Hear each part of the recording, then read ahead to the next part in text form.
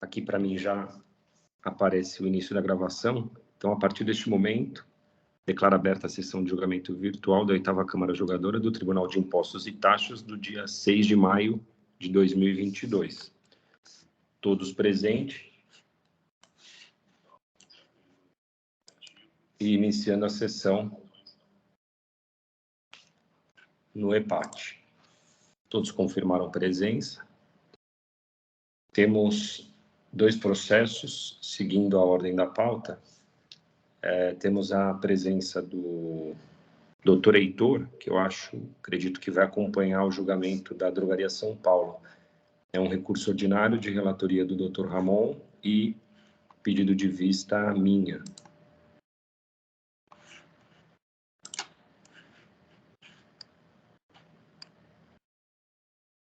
Eu acho que, acredito que estavam todos presentes aqui, né, no dia da sessão da sustentação oral, perfeito.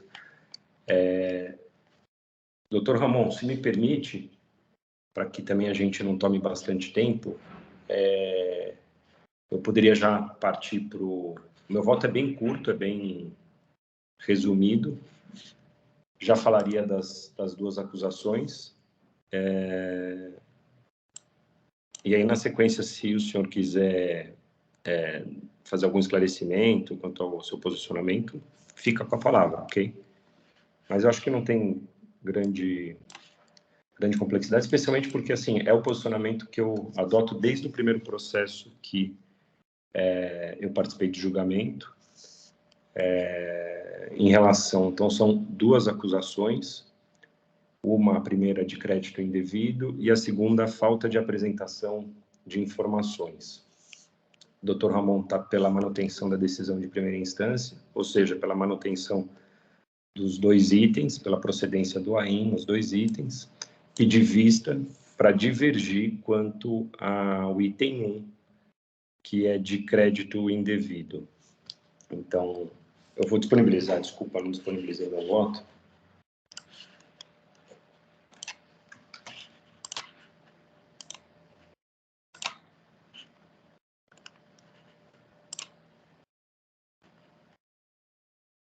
Doutor Samuel, salvo o melhor juízo, eu afastei a acusação do item 2. Tá. Que é a acusação de infringência de na apresentação de documentação. Se eu não me engano, acho que não foi feita uma segunda notificação. Isso. E foi apresentada ainda que parcialmente foram apresentados documentos, então eu estou desprovendo aí, na verdade, dando provimento ao recurso e afastando a acusação do item 2, tá? Não, acho que o item 2 já estava afastado pela monocrática, não? Eu fiquei com essa dúvida porque, seguindo, eu fiz a leitura do voto do Dr. Ramon e ele faz, no finalzinho ali, essa menção quanto que haveria necessidade da segunda notificação, mas na parte dispositiva ele estava pelo recurso... porque não teve ofício, né? De fato, realmente. Então eu estou mantendo a decisão e... não teve ofício porque o valor é abaixo da alçada para fazer o Isso, ofício, né? Então, de na fato, verdade, aqui, sequer vem para a decisão o item 2. Então, na parte dispositiva aqui, eu estou mantendo a decisão de primeira instância. Isso. Então, eu estou tirando, então, a parte do... que a gente só está no julgamento do item 1, então. Aqui, quanto ao item 2... não teve recurso de ofício. Exato. Quanto ao item 2, a decisão não merece reparos. Entendo que seria necessário notificações de junta. Enfim. Então, estou mantendo a decisão que já afastou o item 2. Então, eu vou colocar só aqui, quanto ao item 2, acompanho o Dr. Ramon.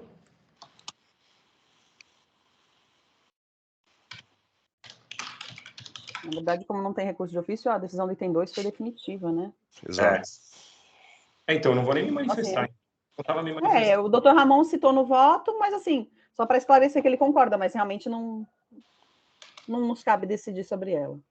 Mas também concordo com o posicionamento, de qualquer forma. Se for para se manifestar, eu concordo com o entendimento apresentado. É isso.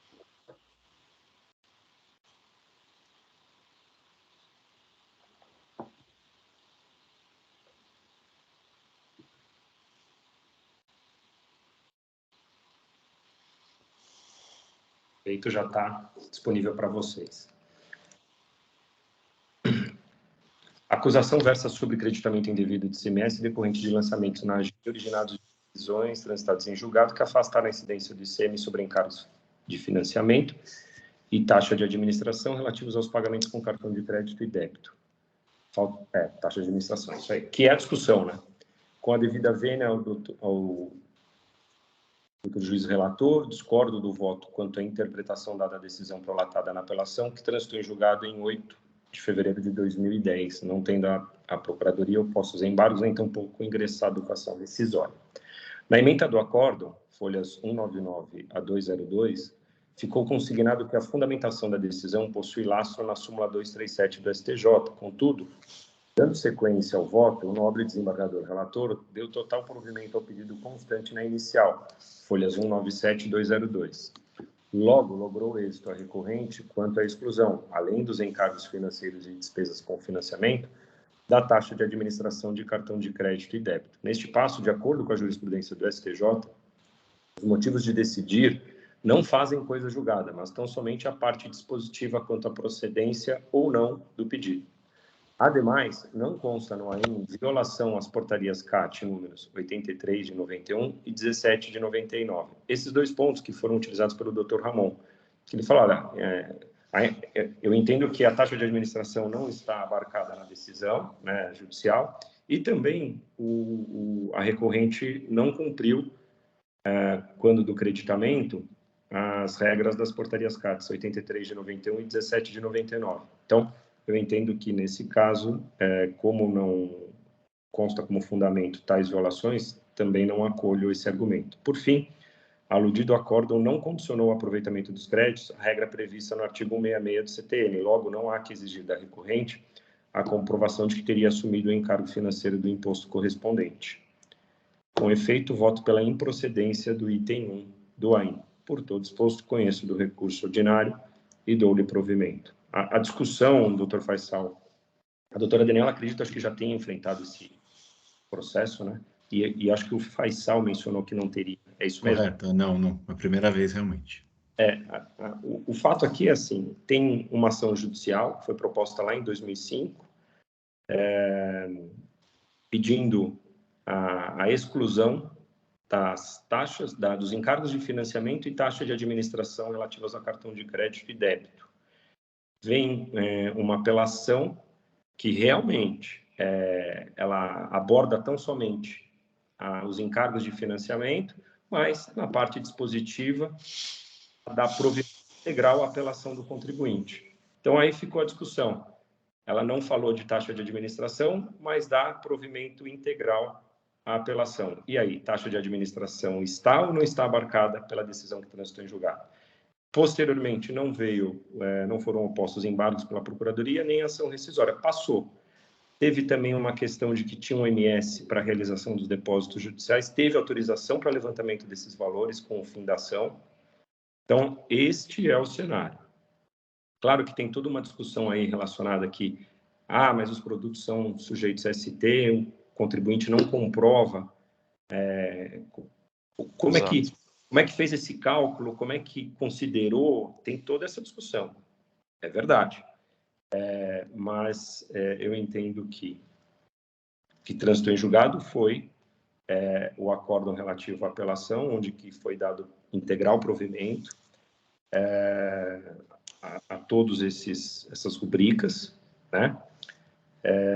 E aí tem essas questões que o Dr. Ramon abordou, e aí eu entendo que, como não fazem parte do auto de infração, eu deixo de acolher, que é violação às portarias CAT 83 de 91 e 17 de 99, quanto ao aproveitamento dos créditos, que não seguiu o rito contido nessas duas portarias, e a questão do 166 do CTN, que não ficou comprovado que a recorrente aqui teria assumido o encargo financeiro correspondente ao imposto. Mas também isso não está naquela decisão. Então, é esse o cenário.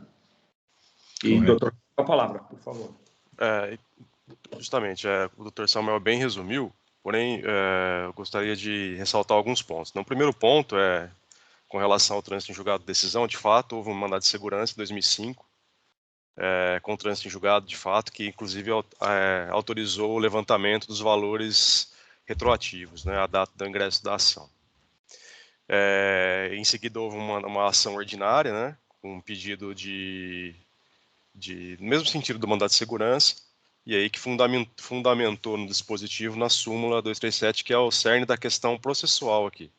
Aí eu fiz todo um levantamento com relação a esse pedido, né.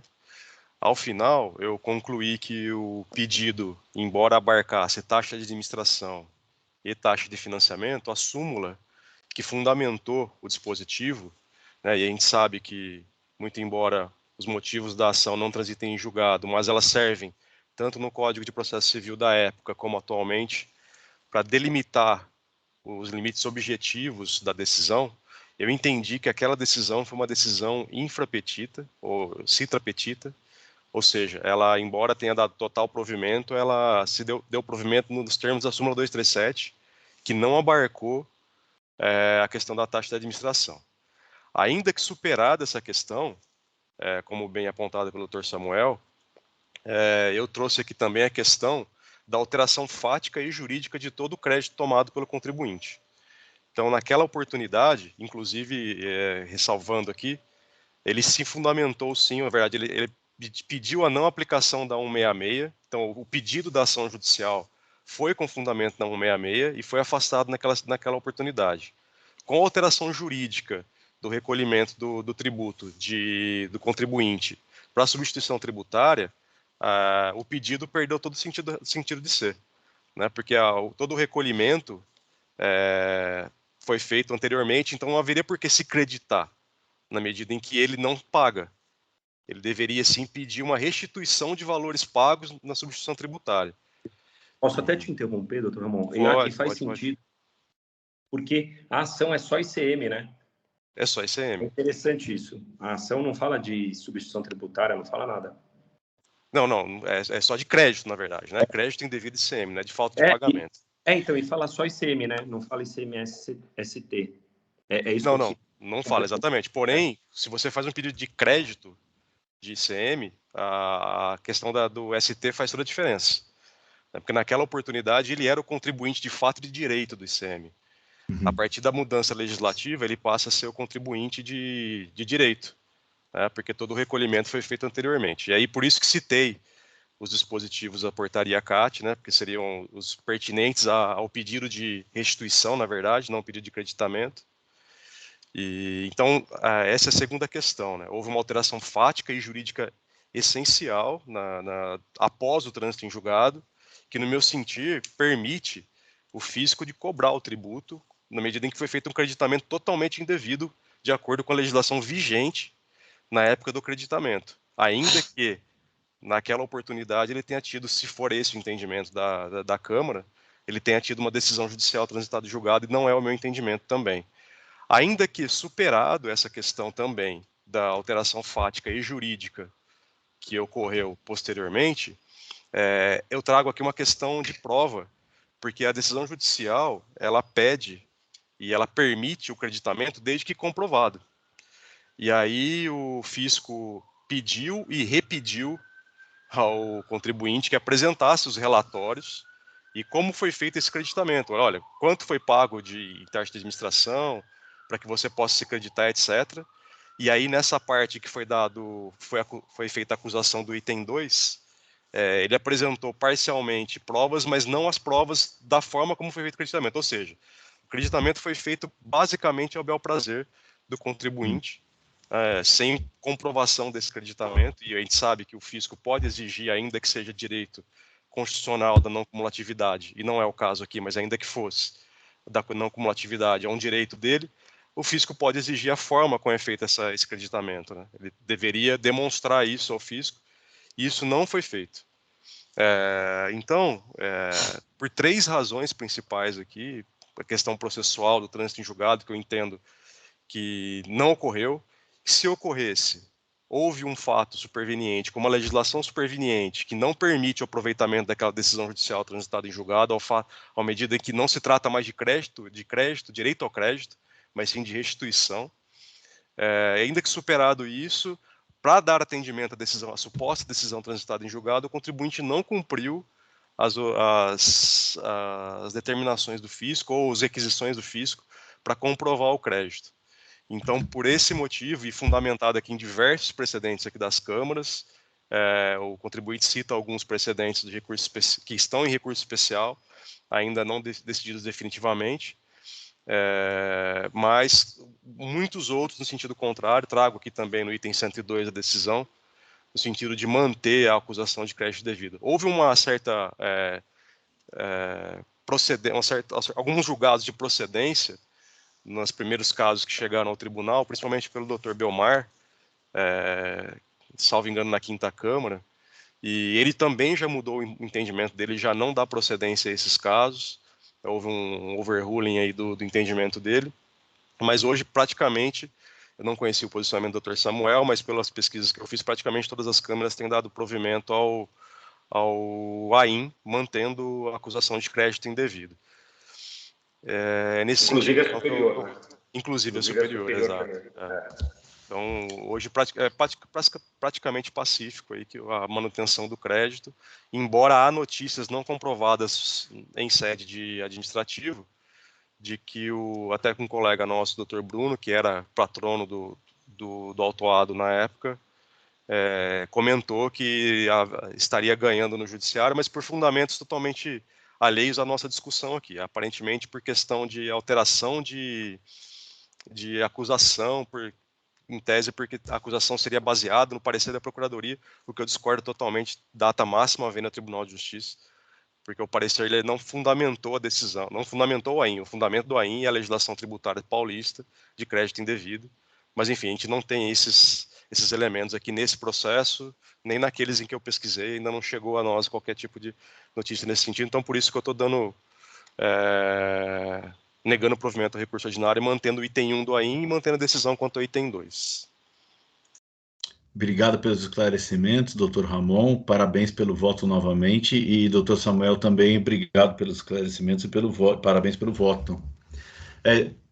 No meu caso, é a primeira vez que eu participo de um julgamento de um processo dessa empresa, que envolve essa questão. E eu concordo com o doutor Samuel que, de fato, o trânsito em julgado talvez tenha garantido à empresa esse direito, mas, a partir do segundo ponto, doutor Ramon, eu concordo com o doutor Ramon, né, de que a mudança do regime para a submissão tributária e a questão da apuração parece que não ficaram bem caracterizados aqui. O contribuinte não justificou adequadamente a tomada do crédito, né? E a quantificação desse crédito. Quer dizer, ainda que ele tenha uma ação transitada de julgado que lhe garanta de asseguro direito, ele não pode utilizar da forma que bem entender esse direito, né? O Supremo vai julgar agora em maio, se isso não for redesignado, uma ação que vai tratar do alcance e dos efeitos da coisa julgada por direito tributário. Né? Eu gostaria de aproveitar, doutor, faz só um ponto, para a gente não perder, desculpa interrompê-lo, mas é que neste AIM não se discute o critério de apuração, tá? Não tem como fundamento que o crédito está sendo glosado porque não comprova ou porque houve erro na metodologia de apuração ou critério de apuração. Correto. Tá? É quanto à fundamentação. Entendi. Quer dizer, é um argumento que o doutor Ramon traz, mas que nesse caso especificamente não faz parte da autuação. Doutor Samuel, me permite discordar, mas tem uma notificação exigindo do contribuinte toda a documentação, inclusive o item 2 é baseado nessa não apresentação de documentação. Porque mas não é o fundamento do auto, né? Não entendi. Não é o fundamento do auto. Tanto é que ele não adota a portaria. Sim, a notificação é anterior ao auto. A notificação, não atendimento à notificação é consequência, Exato, motivo... mas poderia ser complementar, né? Como naqueles casos, por exemplo. Mas não é. Nesse caso é anterior. Nesse caso é anterior ao auto de infração. Mas deveria haver como fundamentação também da acusação. Como nos casos de que não houve, ou de que não concorda com o critério adotado, entendo que não. Tanto é por isso que eu coloquei... de que não comprovou o crédito indevido. Então, foi notificado e renotificado, e tanto... A infração não comprovou o crédito e por isso eu gloso, é diferente, né? E aí ele cita todo ali no corpo do relato da infração, o FR cita toda a questão da ação que não foi julgado e fala da taxa de administração, mas em nenhum momento ele discorre sobre o critério de apuração. Fiz um teste aqui, apurei esse crédito, não bate com o valor, por isso que eu estou sacando. E tem 3 do manifestação fiscal, das informações dos documentos solicitados ao contribuinte por meio de notificação fiscal. Tá no relatório. Não, eu não estou falando que não foi notificado. Está no relatório substanciado, que faz parte da acusação. Sim, faz parte da acusação. Ele apresenta o memorial descritivo de cálculo. Ele pediu um memorial descritivo de cálculo e ele não apresentou. Tá antes do lançamento, né, junto, no relato circunstanciado do AIM. Perfeito, mas é diferente de falar que eu não estou legitimando o crédito porque eu não concordo com o critério de apuração. Vou citar como exemplo os casos do CBD, né, do GPA, que fazia o crédito de ICMS-ST sem observar as regras da portaria CAT 17 de 99. Todos os AINs, pelo menos que eu tive contato, era porque o critério de apuração dos créditos não havia procedência no critério de apuração, e aí a fundamentação era nesse sentido. Aqui nós não estamos falando isso. Embora tenha a notificação, a infração não está enquadrada por erro na apuração. Não é isso. Pelo menos é a minha impressão. Item 3 da manifestação fiscal. A resposta dada acima atende somente aos itens 2 da notificação. A notificação teve mais de 15 itens solicitando, inclusive um relatório circunstanciado, um relatório apurando os créditos, ele não apresentou. Está no memorial discutivo, está no memorial de acusação. Perfeito. Mas para mim é diferente de você notificar, o contribuinte não apresentar, e ainda assim o FR vai lá e falar, olha, estou fazendo uma apuração aqui, identifiquei, peguei uma nota, fiz o cálculo e não bato. Não é o mesmo critério que foi adotado pelo contribuinte. Então, portanto, sem fundamentação crédito, porque não está lá a taxa de administração, e também porque o critério de apuração não tem procedência. Doutor Samuel, desculpa, eu vou insistir, porque no memorial, na conclusão, está assim, ó, o contribuinte não conseguiu comprovar que houve inclusão de encargos relativos a financiamento na base de cálculo CMS no período considerado. Mas onde está no auto de infração? O relato circunstanciado faz parte do auto de infração, doutor. Ok, mas o fundamento. Qual que é o dispositivo legal? Que trata do critério crédito de indevido. Crédito indevido por não comprovar. Aí é que não restou comprovado. É diferente.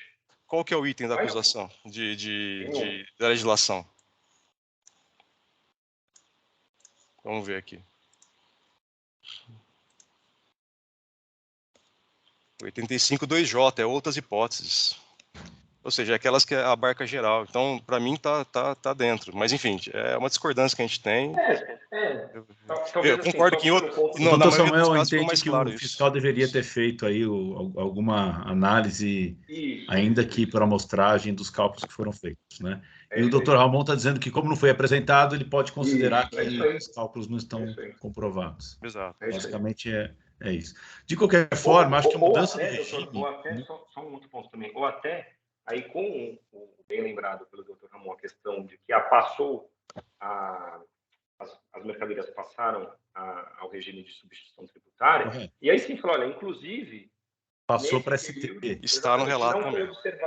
Não foi observada a portaria CAT 17 de 99. Tem todo um critério de apuração, controle de estoque, e não tem. Então, aí eu concordaria que foi enfrentada e está sendo fundamentada nesse ponto. Mas é detalhe, e eu só queria esclarecer, porque tem essa discussão, salvo engano, acho que no recurso, o contribuinte, ele traz olha, não está sendo discutido aqui critério de apuração. Olha, eu assim, até pelos debates, agradeço os esclarecimentos, os debates bastante esclarecedores.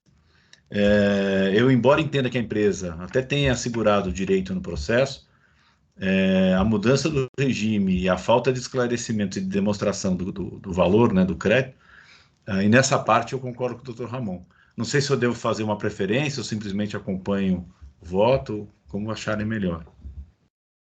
Porque no final das contas o resultado vai ser o do Dr. Ramon, né? Como o senhor preferir. Se quiser não, fazer pode... preferência, fica à vontade, mas se não, seguir o Dr. Ramon. Tá ok. Doutora Daniela e doutora Thiago estão com silêncio, mas concordando, imagino que com... Isso, eu tenho posicionamento, já estava aguardando as explicações para o doutor Faisal, né, que estava ainda...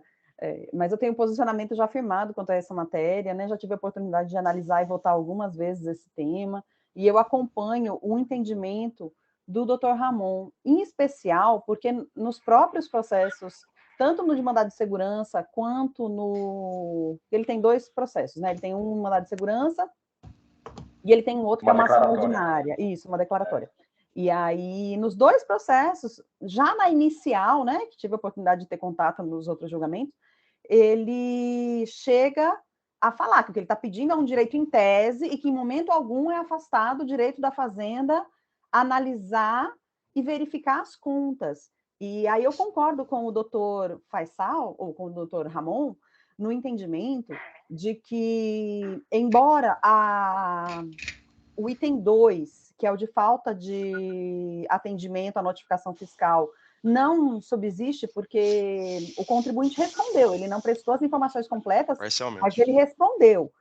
Na medida em que ele responde, ele não pode ser acusado de não atender a notificação. Porém, o que ele atendeu não foi suficiente para demonstrar o direito que ele alega ter. Portanto, mantenho o item 1. Entendo que não tem mudança de critério jurídico, porque na própria autuação ele tem o descritivo da acusação, que não trata da questão dos cálculos, porém, no relatório circunstanciado, o fiscal é bem detalhista, né, que é parte integrante da acusação, o fiscal é bem detalhista ao explicar por que os documentos apresentados não demonstram o alegado direito. Então, eu realmente tenho entendimento pela manutenção dessa acusação, porque, embora eu entenda que pode-se alegar o que quiser dessa decisão judicial, de que está errado, que o dispositivo não condiz com as razões recursais, pode-se falar o que quiser. O fato é que ele tem uma decisão de integrar provimento para o direito dele. Então, eu concordando ou não, ele teve um direito lá. Aí tem essa discussão ainda que o doutor Faisal trouxe, não sabia que tinha essa questão a ser discutida ainda no judiciário, doutor Faisal, de qual o entendimento a ser dado, né, qual o alcance dessas decisões judiciais, mas fato é que não me cumpre aqui questionar a decisão judicial. O contribuinte obteve uma decisão, a Fazenda não entrou com a rescisória, eu concordando ou não, a mim... Correto. Não me cabe discutir isso, se a decisão é correta ou errada, mas fato é que o contribuinte, ainda que ele tenha o direito em tese, precisa trazer a demonstração inequívoca de que os cálculos são corretos. E essa parte entendo que ele não cumpriu. Portanto, acompanha a decisão, o entendimento do doutor Ramon. Já tenho entendimento conhecido dos colegas quanto à matéria. Você entende, então, que a doutora Daniela entende, então, que a decisão trânsito julgado... Eu entendo que ele tem direito. Entendo que trânsito julgado, sim.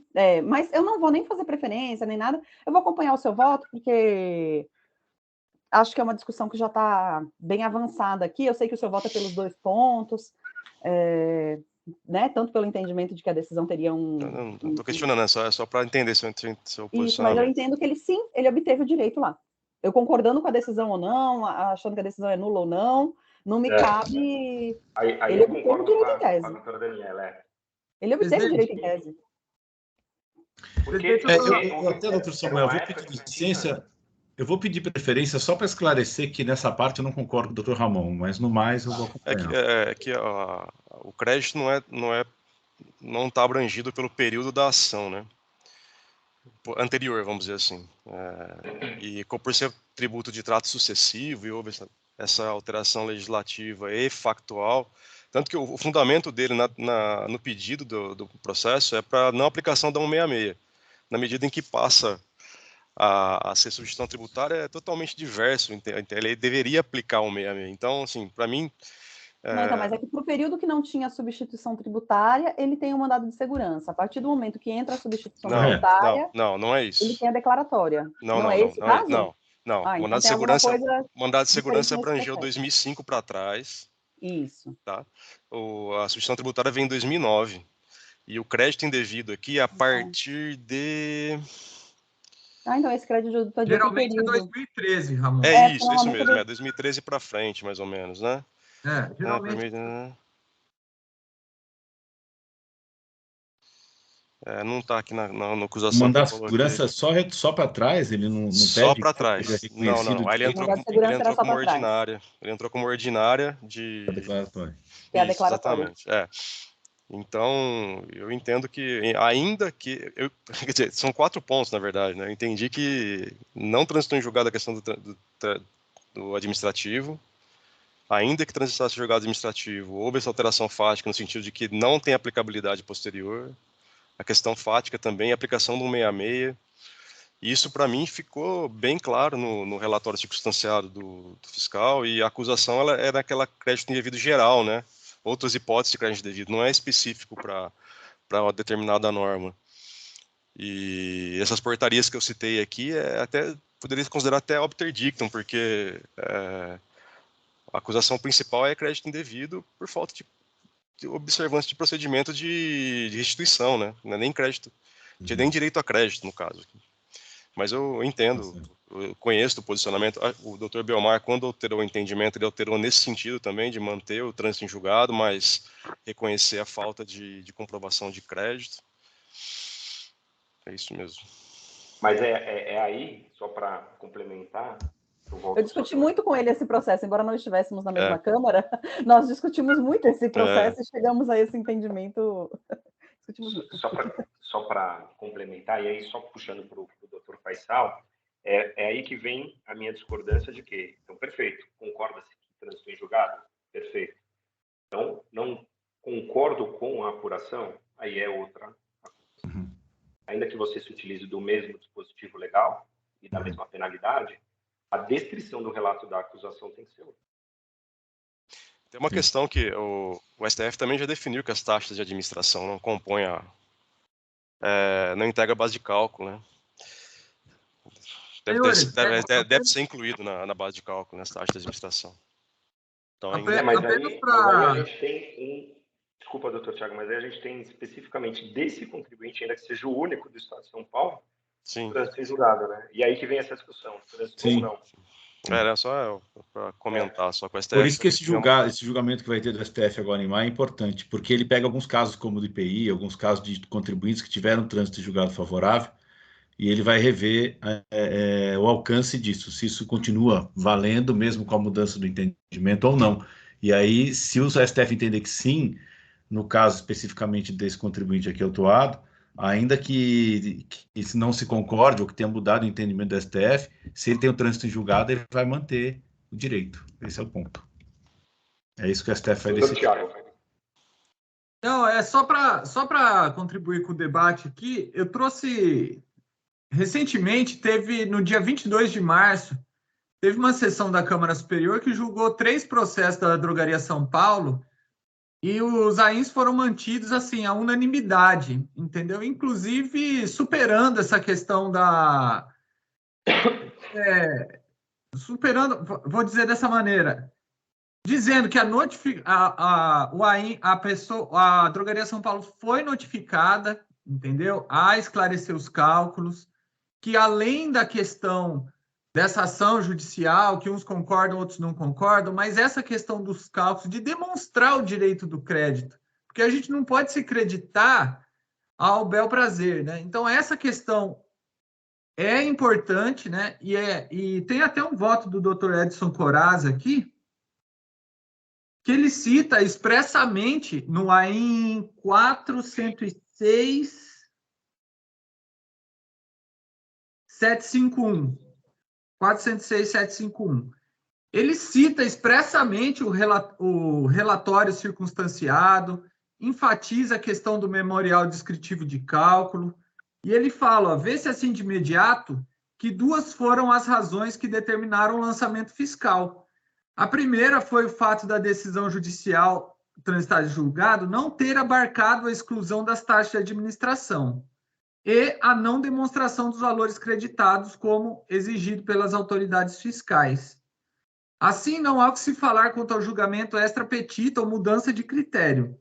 2 foram as causas motivadoras do lançamento e a decisão se fixou em uma delas, tida por suficiente para a manutenção do AIN, razão pela qual não conheço do recurso especial. Então, mostra que esses AINs eles têm sido assim amplamente mantidos assim pela Câmara Superior, é uma coisa já meio pacificada aqui no âmbito do tribunal. Só esclarecer isso, presidente. Tem outros 2 AINs aqui, mas acho que esse é o suficiente. Obrigado pela palavra. Perfeito. Tem um outro até também que eu pedi vista, e não trouxe porque a gente teve aquela orientação de somente 2 processos por pauta. Ia ser difícil falar, deixa somente esses 2, né, mesma empresa, mas por isso que eu trouxe. Eu tenho mais um, então, mais um voto de vista, e acho que o processo é idêntico. Então, só não tem acusação, não tem acusação do item 2 de falta de pagamento, de comprovação, né? Então, perfeito, podemos encerrar debate e aí a gente vai para a votação. O doutor Faisal só que mencionou que ia pedir preferência. Não, mas eu acho que também vou fazer como a doutora Daniela. Eu acho que eu vou acompanhar e não vou pedir preferência. Não. Perfeito, então. Encerrando os debates. Verificando o quórum.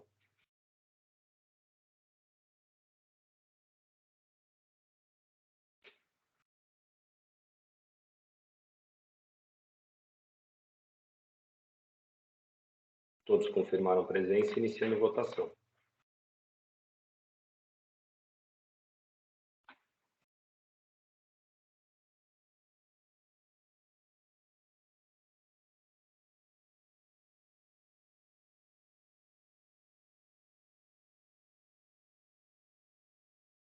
Todos votaram, o doutor Faisal, a doutora Daniela, acompanhando o doutor Ramon. E o posicionamento ficando vencido. Então,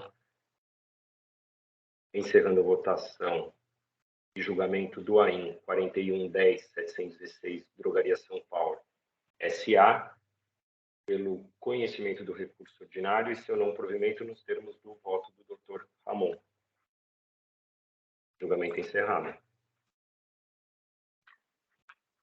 Presidente, demais jogadores, jogadora, agradeço aí pela atenção, especialmente ao relator, Dr. Ramon, e desejar um excelente dia de trabalho e até a próxima. Obrigado.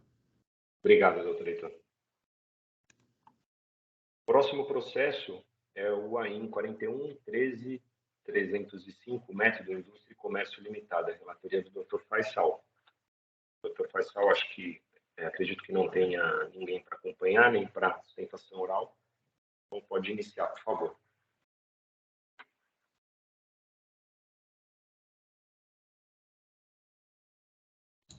Doutor Samuel, eu pediria para abrir a adição do voto, por favor. Acho que já está aqui, já está disponível. Então, eu vou colar o voto revisado para que todos possam acompanhar. Mas, basicamente, são 2 acusações. E o processo diz respeito à falta de pagamento de ICMS de janeiro de 2015 a dezembro de 2016, por falta de escrituração regular de livros fiscais e saídas e documentos de sua emissão, notas fiscais eletrônicas, demonstrativo 1. E a segunda acusação também falta de pagamento de ICMS-ST no mesmo período, por falta de escrituração também dos livros e falta de emissão de notas fiscais, né? De forma bastante resumida, né, o contribuinte desde o início alega algumas nulidades aí em sua defesa, a seu favor, né? O processo houve uma primeira conversão em diligência para a juntada de alguns documentos e ele foi mantido pela Delegacia Tributária de Julgamento. Inicialmente ele foi distribuído à 9ª Câmara Julgadora, o relator Dr. Silvio Onara, que anulou a decisão anterior por falta de manifestação em relação ao pedido de redução e relevação de multa. Então, o processo retornou para a Delegacia de Julgamento, que proferiu nova decisão, também mantendo o auto de infração. Agora volta um novo recurso ordinário, em que o contribuinte ele reforça e reitera os argumentos de sua impugnação, basicamente traz algumas preliminares, né? Deixa eu salvar o voto para que todos possam acompanhar, só um segundo.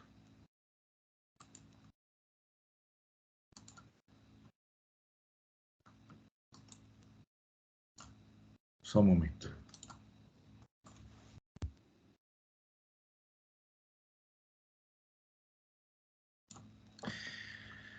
Bom, acho que o voto agora já está à disposição de todos. Então, novamente, o contribuinte apresentou recurso ordinário, e ele traz algumas preliminares, alega algumas nulidades em relação à lavratura do presente auto de infração, alega de forma bastante sucinta que teria ocorrido a substituição do agente fiscal atuante, alega outras nulidades, mas que eu não vou analisar nesse momento, né? Ele traz uma alegação, já no mérito, no que diz respeito a algumas retificações que foram realizadas antes da lavratura do auto. Ele traz aqui, a partir do ponto 68 de seu recurso, de suas razões de recurso ordinário, um histórico, né, e uma descrição de documentos que teriam sido apresentados, escrituração fiscal digital, SPED, livro de registro de saída, e ele traz as folhas 739 a 784 e 785 a 1410, e que essas provas não teriam sido consideradas quando da lavratura do auto, e que não teriam sido, portanto, analisadas, e que isso poderia trazer algum tipo de implicação, tanto no que diz respeito aos valores autuados, quanto à decisão que está sendo ora analisada, né? Então, eu voto pela conversão do processo em diligência, porque não há nos autos notícia em relação ao processamento dessas retificações, inclusive se o contribuinte espontaneamente fez algum recolhimento em decorrência dessas retificações por ele feitas, né?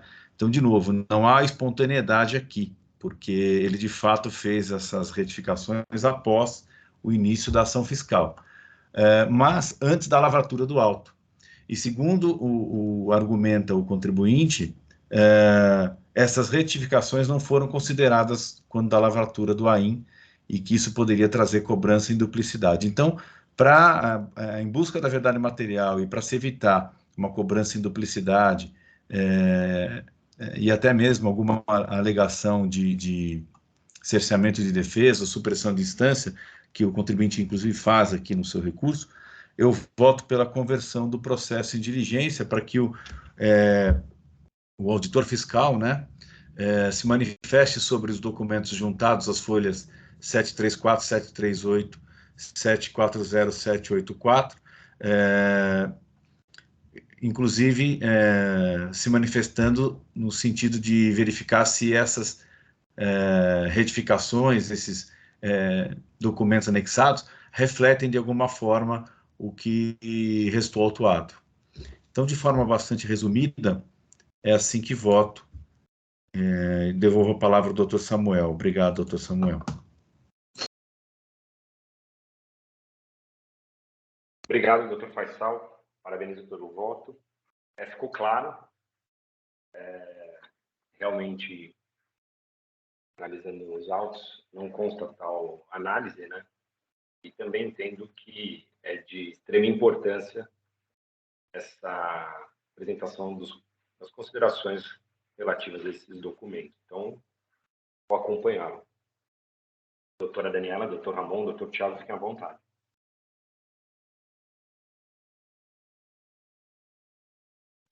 Eu acompanho a diligência proposta, doutor Samuel. Parabéns, doutor Faisal, pela análise.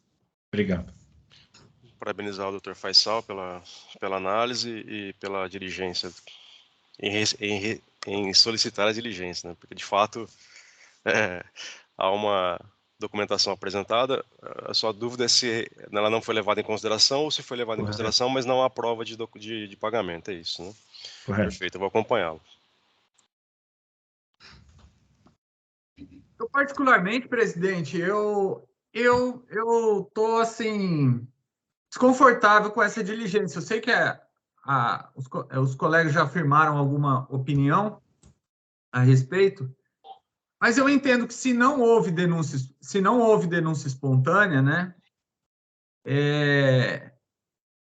a infração ela ocorreu, né? O que se tem que apurar, o contribuinte ele fez alguma coisa, fez algum pagamento ou fez alguma retificação após a OSF, Isso é irrelevante para improcedência ou procedência da acusação, porque a acusação ela já é, vamos partir do princípio que ela já seja procedente, né? A menos que tenha outra coisa. Então, se teve o pagamento, esse pagamento ele vai ser levado à imputação ao fim do contencioso administrativo. Mas isso não vai levar a gente, por exemplo, a Câmara, a reduzir o crédito tributário exigido. Entendeu? Esse é o meu posicionamento. Vamos dizer que seja 3 mil, e ele fez o pagamento de 1.000. Isso não vai levar a gente a diminuir o auto para 2.000, a exigência para 2.000. Não, vai ser procedente os 3.000, e aí no final a gente vai fazer a imputação dos valores em relação ao imposto, multa e juros. Mas não vai ter implicação na multa, doutor Tiago? Foi aplicado?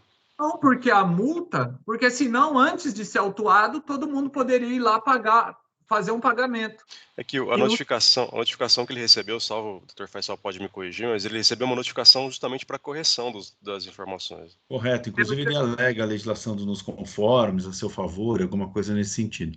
Eu acho que a diligência não nos prejudica, pode ajudar eventualmente a gente entender bem o que aconteceu e julgar com maior segurança em relação a tudo que está sendo alegado por ele. Eu concordo, doutor Tiago, mas me parece que a própria fiscalização oportunizou aqui a retificação. Houve uma falha de comunicação, salvo engano aqui, pelo que ele está alegando, né? Pelo que alega na petição, sim, por isso que eu pedi mas citando para todas as notificações, então eu acho que... O que eu entendi aqui foi como o doutor Ramon colocou, doutor Tiago, que assim, nesse caso aqui, assim, embora ele já estivesse com a ordem de serviço fiscal aberta, ele foi notificado a retificar, que é uma coisa que não pode acontecer. Se está com a ordem de serviço fiscal aberta, ele não tem espontaneidade e não deveria, realmente, mesmo que ele fizesse um pagamento, seria feita a imputação de pagamento. Mas aqui parece que ele foi notificado. E aí, se ele foi notificado e fez... Ele não regularizou no prazo, entendeu? A notificação de 2017, a OSF é 2018. E ele não fez a regularização no prazo. Mas é o que o doutor Faisal falou também. A diligência não vai esclarecer esse ponto. Acho que a gente pode até aprofundar o debate. Isso, porque o que eu entendi aqui é que teve uma sobreposição, que ele estaria dentro do prazo ainda quando foi notificado. Então, precisamos ver direitinho e verificar essa questão. Porque ele não teve a resposta da pedido de prorrogação de prazo, né? Então, ele pediu uma prorrogação de prazo, não veio a resposta também, mas vamos aguardar para saber o que aconteceu. Mas, por vezes, o contribuinte pede prorrogação de prazo e demora 1 ano para apresentar qualquer coisa, ou seja, ele já teria extrapolado mesmo eventual pede prorrogação e recebe o auto de infração. Isso. Mas vamos verificar, fazer a diligência, ver certinho, e aí no retorno veremos os impactos dessa questão. Concordo que se ele estava sem a sua espontaneidade, doutor Tiago, não terá impacto, será feito só a imputação de pagamento. De toda forma, precisamos ter segurança para decidir. E por isso eu estou acompanhando a diligência, mas eu concordo com o doutor Tiago, se o contribuinte estava sem a espontaneidade, porque havia sido notificado da abertura de ordem de serviço fiscal, é uma situação. Agora, se ele ainda estava no prazo da outra notificação, então é um outro caso. Vamos verificar. Eu acho que é isso. Dar segurança a todos. Perfeito. Então, podemos encerrar os debates? Encerrando os debates e verificando o quórum.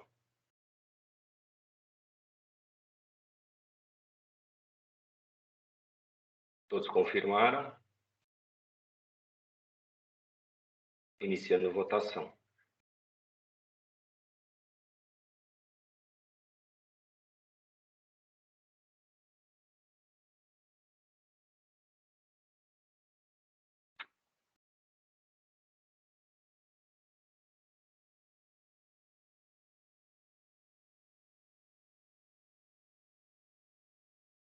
Todos votaram e o resultado é pela conversão do julgamento em diligência nos termos do voto do Dr. Faisal, relator. Encerrando votação e julgamento do processo relacionado ao AIN 411-3305. Método Indústria e Comércio Limitada.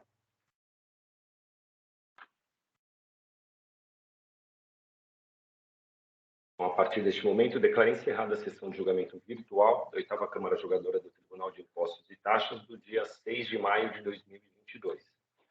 Formalizando o encerramento, peço para o Dr. Oswaldo encerrar a gravação, por favor, e todos já têm acesso à ata. Já está disponível.